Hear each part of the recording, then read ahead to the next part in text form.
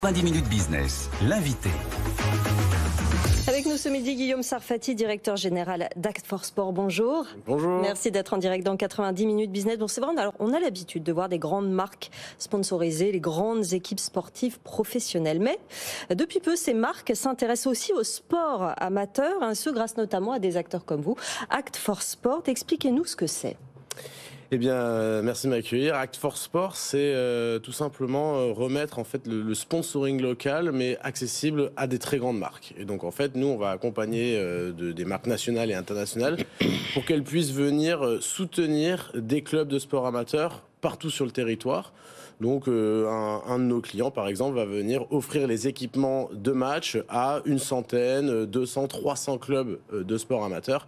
Pour leur permettre d'éviter une dépense conséquente, qui sont les équipements sportifs, et puis leur permettre à la marque de briller en local.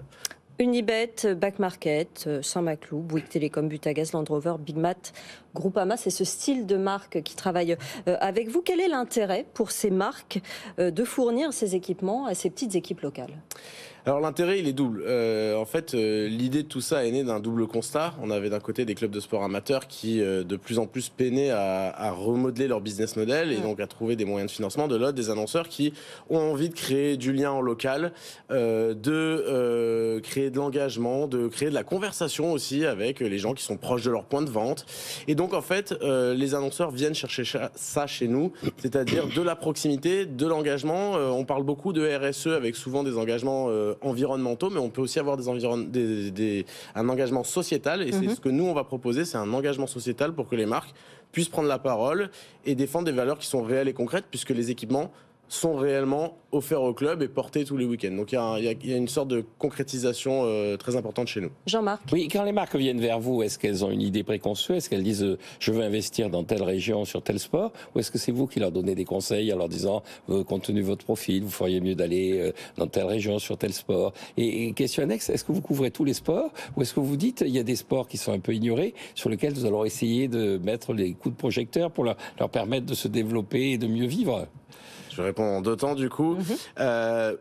Déjà, j'aimerais beaucoup qu'on nous approche. C'est pas encore le cas. On est encore une petite structure, 6 salariés, et on se développe énormément. Et donc, du coup, on a envie effectivement qu'un jour on nous appelle et on nous dise voilà. Donc, c'est plutôt l'inverse. C'est nous qui allons voir les marques pour essayer de leur expliquer ce qu'on fait.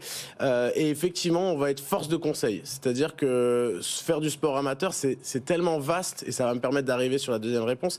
C'est tellement vaste que c'est extrêmement compliqué d'avoir des idées préconçues. En fonction du positionnement de l'annonceur, nous, on va le conseiller.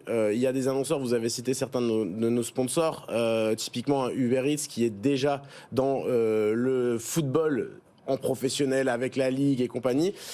Nous, on va naturellement les accompagner dans le foot. En parallèle de ça, on va avoir des marques comme Big Mat qui, elles, n'ont pas forcément une empreinte sportive particulière, et du coup avec qui on va travailler en fonction du pays, parce qu'on travaille à l'international avec eux, pour les conseiller. Faites du handball en France, faites du basket en Italie, et en fonction de tout ça, c'est aussi notre rôle de conseil. La deuxième question, c'était... Est-ce qu'il y a quelques sports sur lesquels vous vous concentrez, ou est-ce que vous considérez que vous avez une sorte de mission pour faire connaître des sports qui sont relativement peu populaires, relativement peu connus? On a cette mission, mais on fait face aussi à une réalité économique. Les annonceurs qui viennent chez nous, les marques qui viennent chez nous, viennent évidemment pour aider le sport amateur, mais elles viennent pour faire de la communication. Elles viennent pour être visibles et vues. Donc, à ce titre-là, pour le moment, le business est tourné essentiellement autour des sports collectifs. On travaille avec Groupama dans le cyclisme, puisqu'ils ont la team Groupama FDJ en professionnel.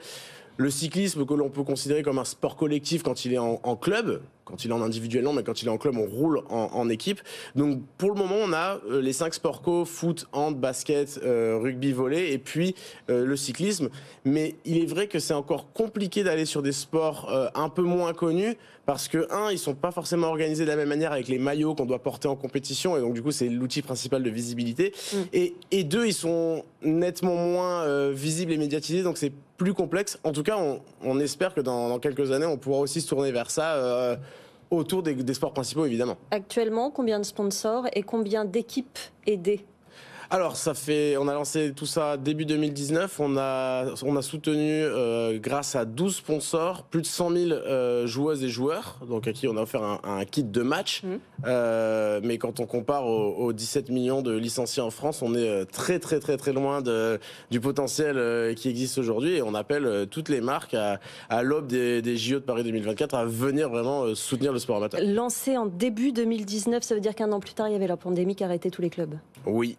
Qu'est-ce que ça a fait sur votre business? Ça a fait peur, ça a fait peur. En même temps, ça valide bien le principe d'aider ensuite les petits clubs à repenser leur façon de fonctionner. Exactement. En fait, la pandémie nous a fait peur parce qu'on s'est tout de suite dit qu'une structure aussi petite que la nôtre allait forcément être en danger. Et ça a été presque l'effet complètement inverse puisque les marques n'ont jamais eu autant envie et besoin aussi d'un point de vue positionnement de soutenir la société. Le sport amateur, les associations sportives sont indépendants de la société qu'on peut aider. Et donc, du coup, finalement, je ne vais pas aller dire que ça nous a servi parce que ce serait un peu extrapolé, mais en tout cas, ça a été vraiment un levier pour dire à la société, aujourd'hui, même les marques doivent agir et on n'est pas juste des consommateurs pour vous, les marques. Venez aussi faire partie de nos vies et cette dynamique-là s'est enclenchée plutôt très bien depuis le Covid. Oui, c'est ce que vous nous disiez tout à l'heure, il y a finalement une vraie pensée RSE là-dedans, inclusive, c'est-à-dire on aide au sport amateur, ça leur sert énormément. Exactement. En fait, nous, on considère vraiment le club de sport amateur comme un des derniers lieux de vie qui peut exister en local. Et le faire survivre, c'est une mission qui est assez extraordinaire. Pour tout vous dire, moi, je viens pas du tout du sport. C'est à peine si j'ai fait du sport en club quand j'étais petit. Je viens vraiment du milieu de la publicité.